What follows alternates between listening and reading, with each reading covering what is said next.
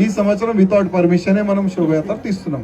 అదే విధంగా ఈ శోభయాత్రలో మనం ఒక సంకల్పం తీసుకుందాం. ఇప్పుడు మహారాష్ట్రలో ఔరంగజేబు సమాధి ఉన్నది.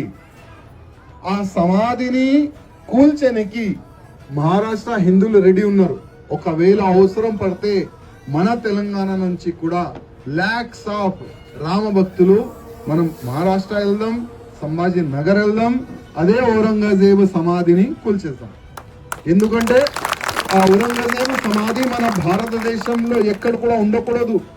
ఆ సమాధిని తీసి ఏదైనా సముద్రంలో మనం పాడేద్దాం. ఆ ఒక్క సంకల్పం మనం తీసుకోవాలి. అదేవిధంగా భారతదేశాన్ని హిందూ రాష్ట్రం మనం ఎట్టి పరిస్థితుల్లో చేస్తున్నాం. ఎందుకంటే నెక్స్ట్ ఈ ఎలక్షన్ అయిపోయింది కదా, మూడోసారి ప్రధానమంత్రి మోదీ గారు అయిపోయినారు కదా. ఇప్పుడు మోదీ గారికి మనం చెప్దాం, మోదీ గారు 4వ సారి మీరు ప్రధానమంత్రి అవుతున్నారు. కానీ మీ ఎలక్షన్ మేనిఫెస్టోలో ఒక అంశం పెట్టండి, కాశీ మథుర, దాని తర్వాత భారతదేశం హిందూ రాష్ట్రం చేస్తాం.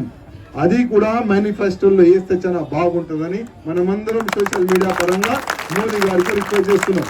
ఎందుకంటే వచ్చే ఎలక్షన్ నేను ఛాలెంజ్ చేస్తున్నా, వచ్చే ఎలక్షన్ కాశీ మథుర హిందూ రాష్ట్రం దానిపైననే జరుగుతుంది. మీరు చూస్తారు, అందరు కూడా చూస్తారు.